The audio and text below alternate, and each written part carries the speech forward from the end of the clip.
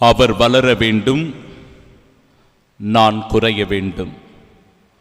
நம் ஆண்டவராகிய இயேசு கிறிஸ்துவின் அன்பும் அருளும் அமைதியும் மகிழ்ச்சியும் உங்கள் அனைவரோடும் இருப்பதாக. உங்கள் ஒவ்வொருவருக்கும் புனித திருமுழுக்கு யோவானினுடைய பிறப்பு பெருவிழா நல்வாழ்த்துக்களை உரித்தாக்கிக் கொள்ளுகிறேன். Happy feast. அன்பிற்குரியவர்களே, திருமுழுக்கு யோவானினுடைய வாழ்க்கையிலிருந்து 5 சிந்தனைகளை உங்களோடு நான் பகிர்ந்து கொள்ள விரும்புகிறேன். முதலாவது, திருமுழுக்கு யோவானினுடைய பிறப்பு ஒரு அதிசயமான பிறப்பு. அது இறைவனுடைய திட்டம்.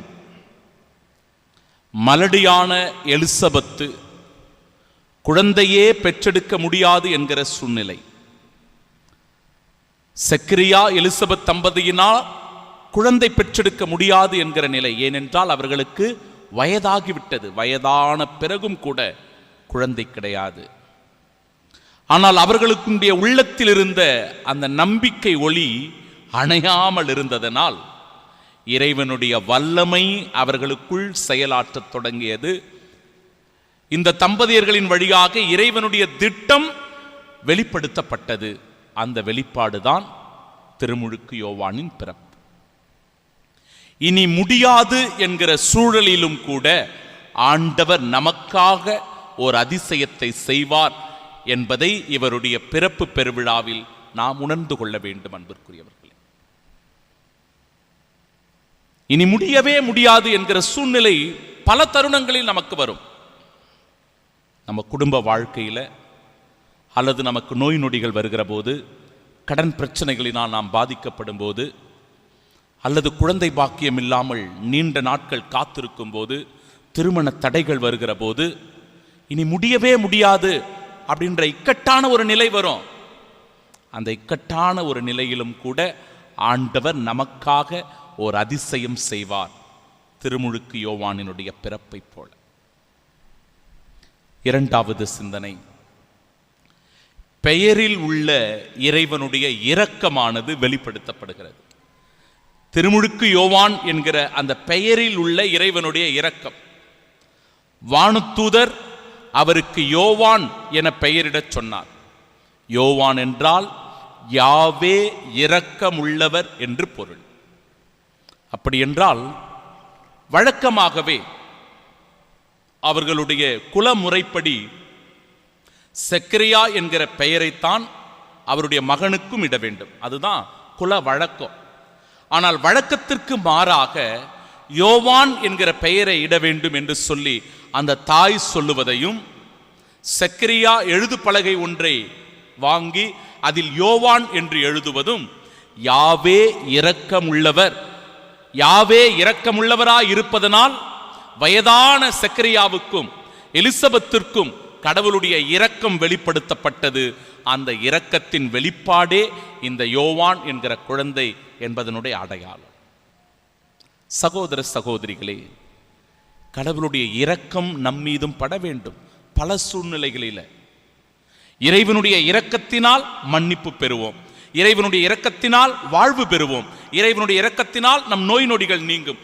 இப்படி பல சூழ்நிலையில் இறைவனுடைய இரக்கமானது வெளிப்பட வேண்டும். இயேசுவினுடைய திரு இருதயத்திலிருந்து அந்த இரக்கம் வெளிப்படுத்தப்படுகிறது. செபிக்கணும். இறைவனுடைய இரக்கத்திற்காக நாம அனுதினமும் செபிக்கணும். மூன்றாவது, தாயின் வயிற்றிலிருந்தே தூய ஆவியினால் முற்றிலும் நிரப்பப்பட்டவர் திருமுழுக்கு யோவான்.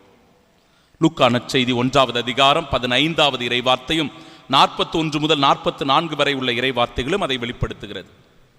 மரியா எலிசபெத்து இவர்களுடைய சந்திப்பின் போது வயிற்றிலிருந்த குழந்தை துள்ளியது என்று நாம் பார்க்கிறோம்.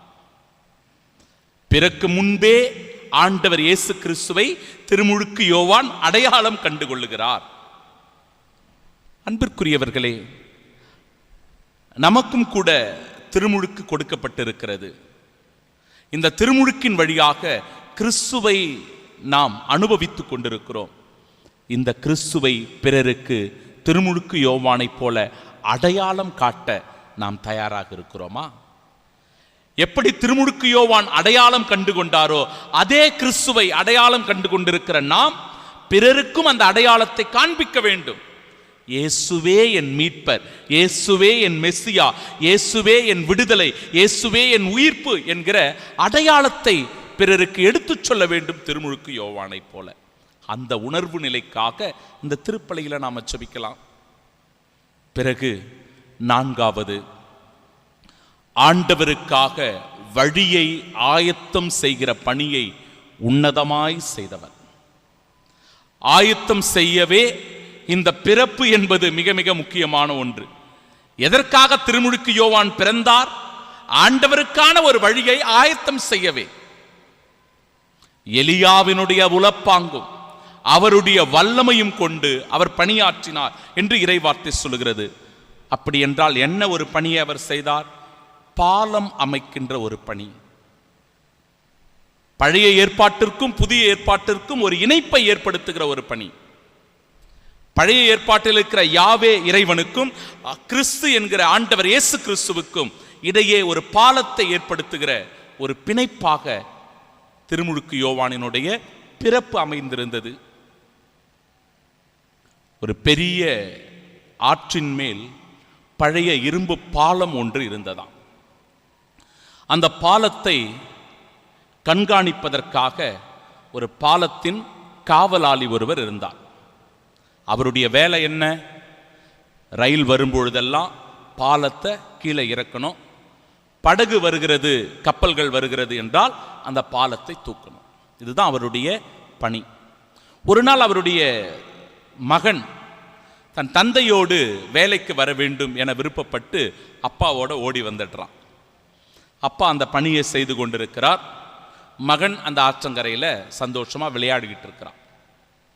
திடீரென்று அவ்வழியாக ஒரு மக்கள் பயணிகளினுடைய ரயிலானது வருகிறது. அந்த நேரம் பார்த்து படகும் ஆற்றில் வந்து கொண்டிருக்கிறது. இப்போ தந்தைக்கு ஒரு பதற்றம். உடனடியாக அந்த பாலத்தை கீழே இறக்க வேண்டும்.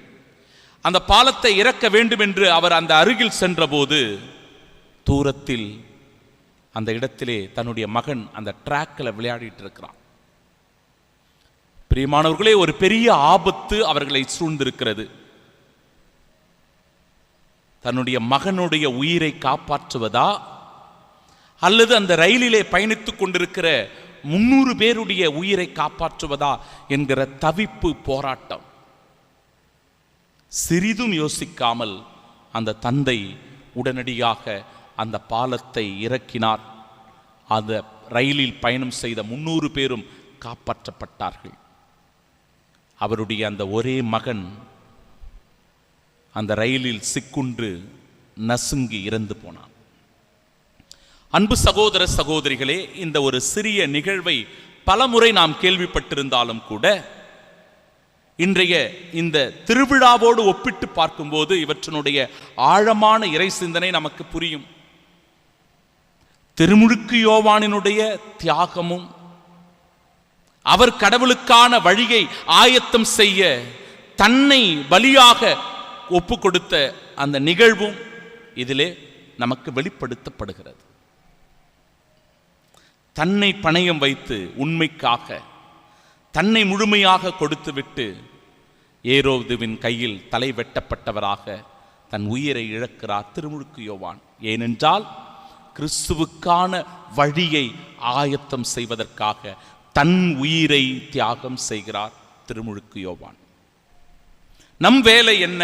நாமும் கூட இப்படிதான் பாலத்தை அமைக்கணும். திருமுழுக்கு யோவானை போல என்ன பாலத்தை என்ன பாலத்தை நாம் ஒவ்வொருவரும் அமைக்க வேண்டும் என்றால் கிறிஸ்துவோடு அனைத்து மக்களையும் கொண்டு வந்து சேர்க்கிற ஒரு பணியை, பாலத்தை நாம் அமைக்கணும். இந்த உலகத்தில் எவ்வளவோ பேர் இருக்கிறாங்க. கிறிஸ்துவை அறியாதவர்கள், கிறிஸ்துவை தெரியாதவர்கள், கிறிஸ்துவை புரிந்து கொள்ளாதவர்கள், கிறிஸ்துவை வெறுக்கிறவர்கள் எவ்வளவோ பேர் இருக்கிறாங்க.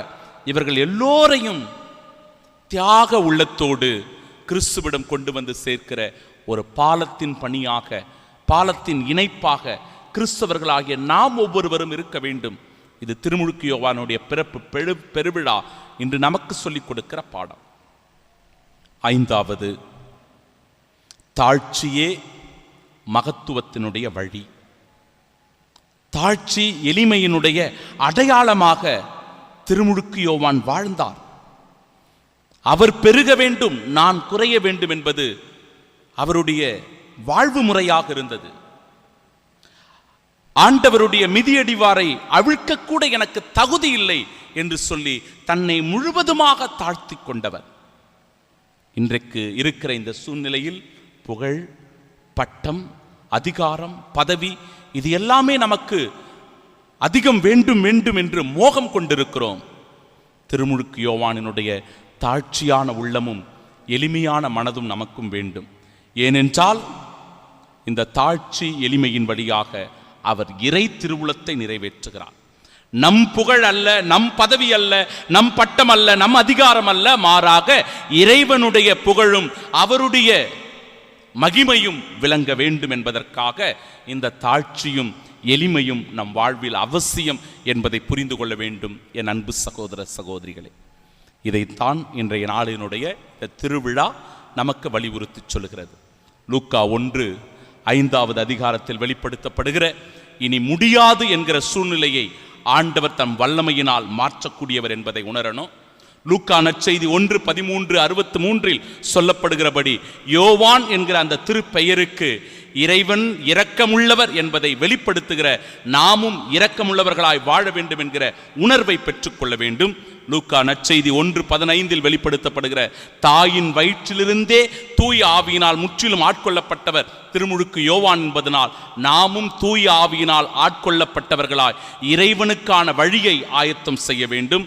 தாழ்ச்சி எளிமையை நம் வாழ்வில் ஏற்றுக்கொண்டு இறைவனுடைய திருவுளமும் அவருடைய மகிமையும் விளங்க அவரின் சாட்சிகளாக வாழ வேண்டும். அதற்காக திருமுழுக்கு யோவானினுடைய பரிந்துரையை பெற்று இறைவனுடைய சாட்சியாய் இந்நாளில் வாழ்வோம். ஆமீன்.